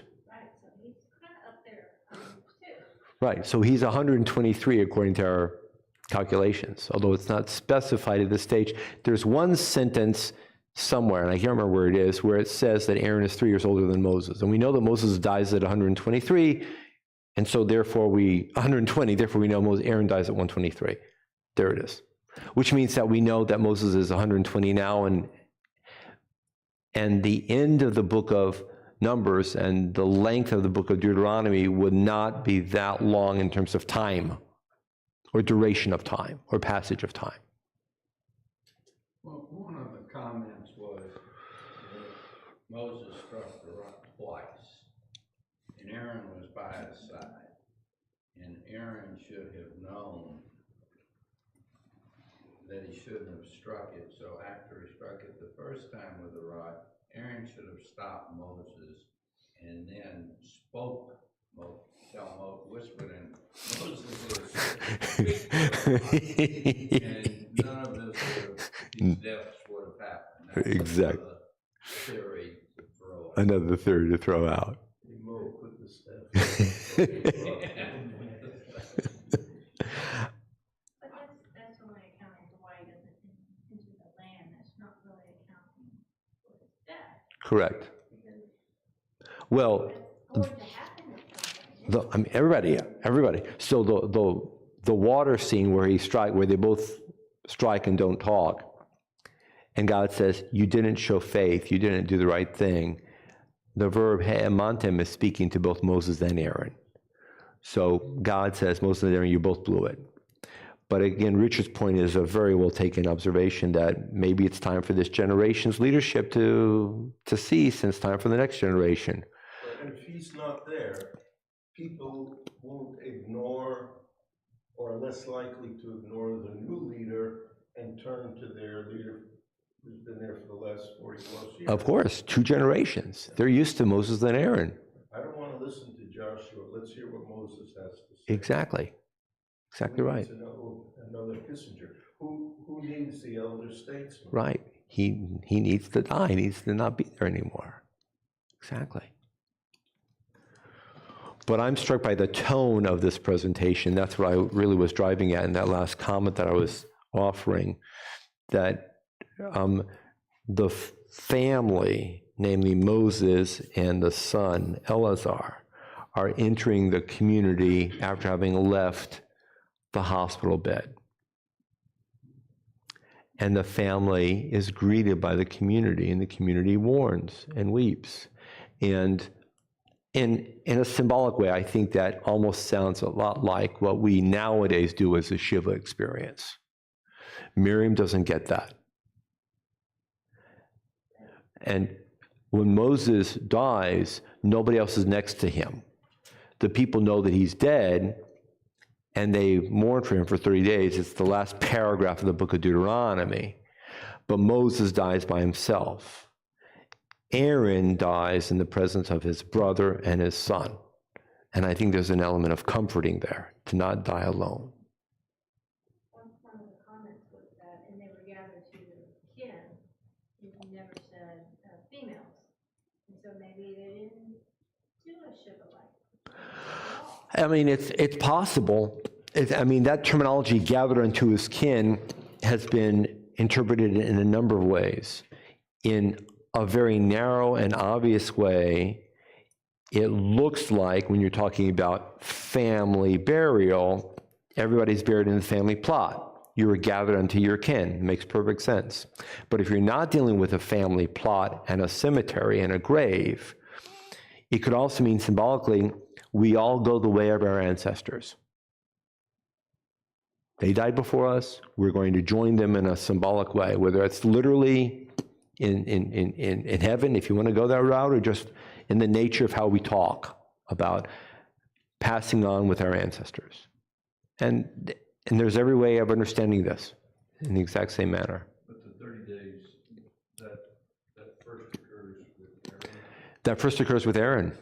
So it's also possible that, out of the kind of chaos of surrounding Miriam's,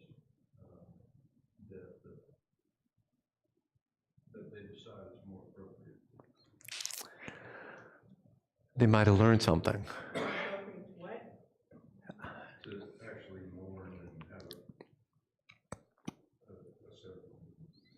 Some kind of a response, an outpouring of something that came forth naturally. And again, like you said, you know cows much more than I do. So if the cows are watered and the kids are fed and everybody's calmed down, they're taking this extra hike around Edom, but at least they're okay. They have the presence of mind and maybe the luxury of grieving and mourning for Aaron.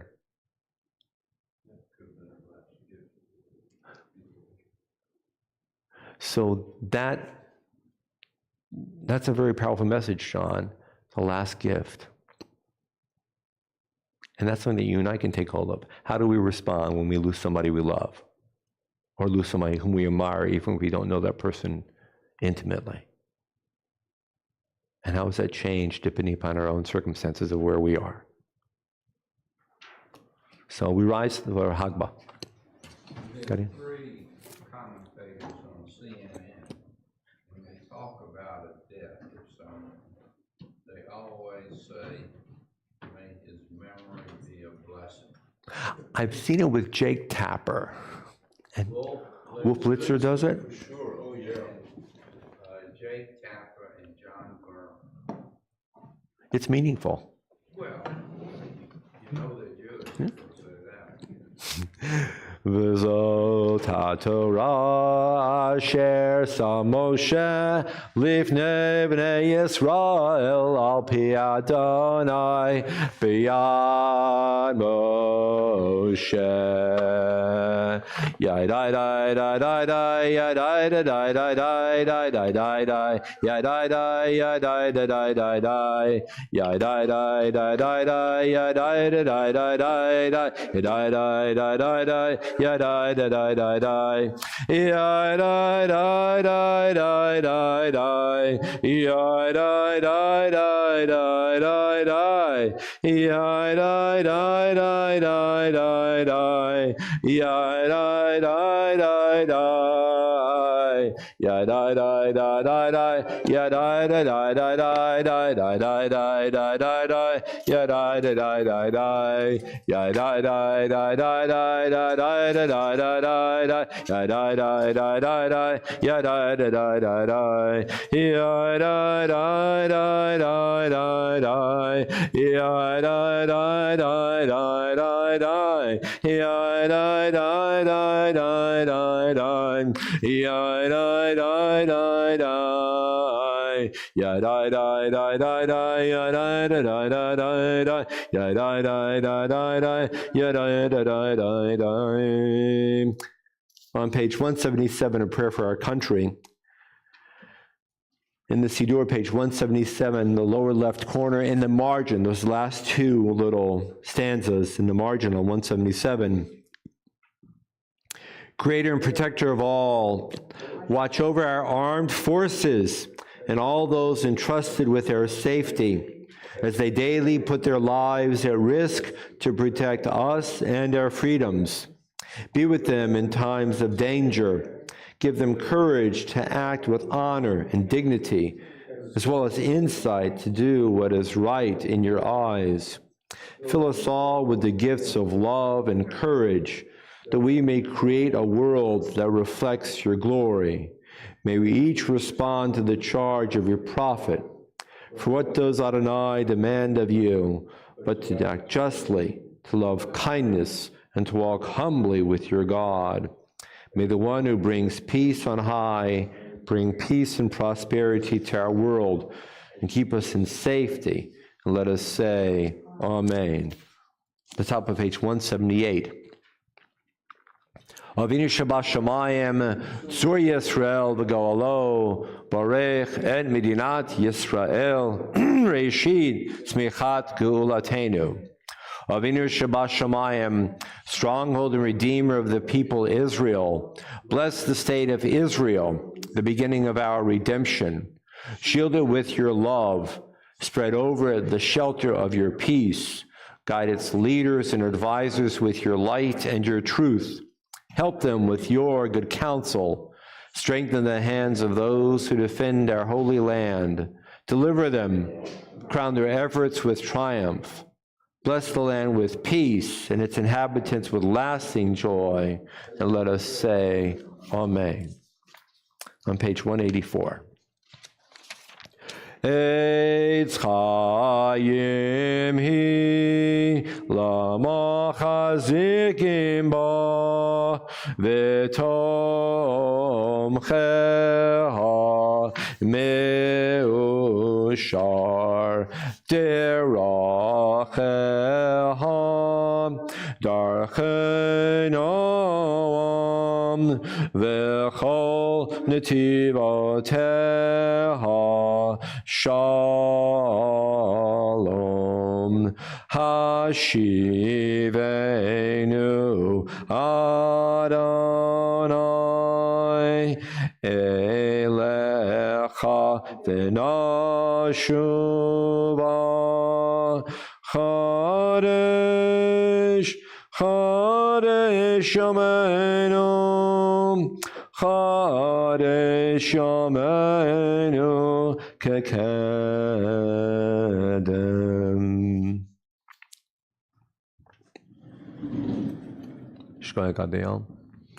Please remain standing. Oleinu on page 205. Aleinu l'shabeach l'adon hakol latet gedula liotzer breshit shelo asanu k'goyei haratzot v'lo samanu k'mishpachot adamam shelo sam chelkeinu kahem v'gor aleinu kechol hamonam V'anachnu korim u'mishtachavim u'modim lifnei melech malchei hamlochim HaKadosh Baruch Hu Shehu Noteh Shamayim V'Yosei Haaretz U'Moshav Yekaro B'Shamayim Imal U'Shchinatu Zo Begavei Meromim Hu Eloheinu Ein Od Kakatu b'Torato v'yadata yom v'ashevota el levavecha ki Adonai hu Elohim b'shamayim mimal v'al haaretz mitachat enod. Enod.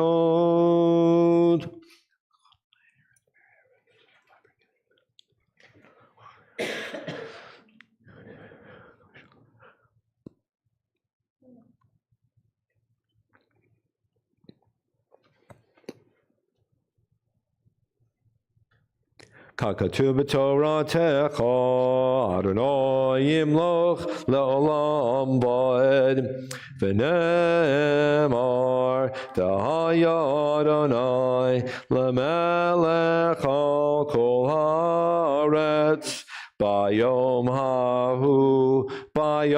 hahu yihyeh Adonai echad u'shemo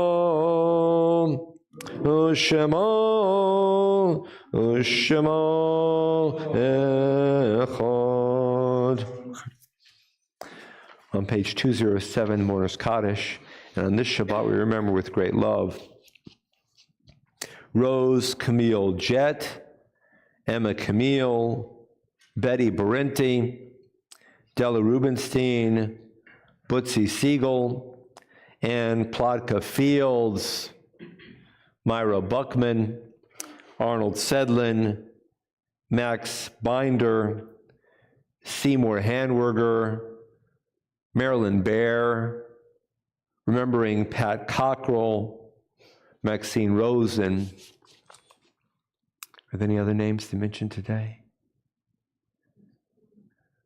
Perhaps somebody at home has a name to share. Kaddish on page 207. Yitgadal v'yitkadash shemei rabba, amen. Be'alma divra chirute v'yamlich malchute b'chaye chon u'v'yome chon u'v'chaye d'chol beit Yisrael ba'agala u'v'zman kariv v'imeru, amen.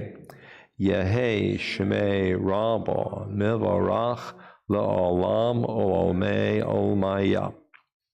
Yitbarach v'yishtabach v'yitpa'ar v'yitromam v'yitnaseh v'yithadar v'yitaleh v'yithalal shemei dekudesha b'rechu le'ela min kol birchata v'shirata tushbechata v'nechamata da'amiran ba'alma v'imeru, amen.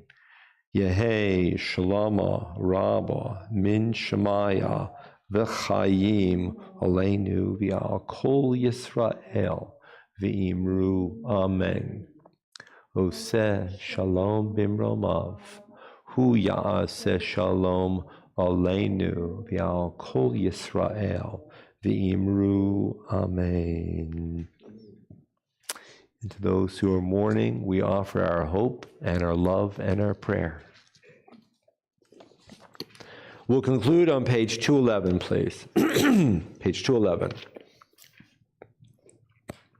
Adon Olam Asher Malach B'terem Kol Yitzir Nivra Li'ek Nasa V'chefza Kol Azai Melech Shemo Nikra Azai Melech Shemo Nikra V'yachare Kichlot HaKol Levado Himlok Nora V'hu Ayam ve'hu ovem, ve'hu yiyeh b'tifara, ve'hu yiyeh b'tifara, ve'hu echad v'yed sheni laham shilo lahachbira, b'li reshit, b'li tachlit, v'lo ha'oz v'ha'misra, v'lo ha'oz v'ha'misra, v'hu eli v'chai go'ali v'tzor chevli v'yetzaram, v'hu nisi umanosli menat kosi b'yom ekra, menat kosi b'yom ekra, b'yado of kidruchi b'eit ishan v'ya'ira v'imruchi gaviyati Adonai li v'lo ira, Adonai li v'lo ira. Well, folks, happy July 4th weekend. May we all have a happy and healthy and sweet weekend. May y'all be safe. All those joining in, and God bless you. We love you. We hope to see you soon in the near future at Leach Road. Until we see each other in person, come on back. Everybody else, have a happy and healthy July 4th weekend. Oh, man, oh, man. What's the matter?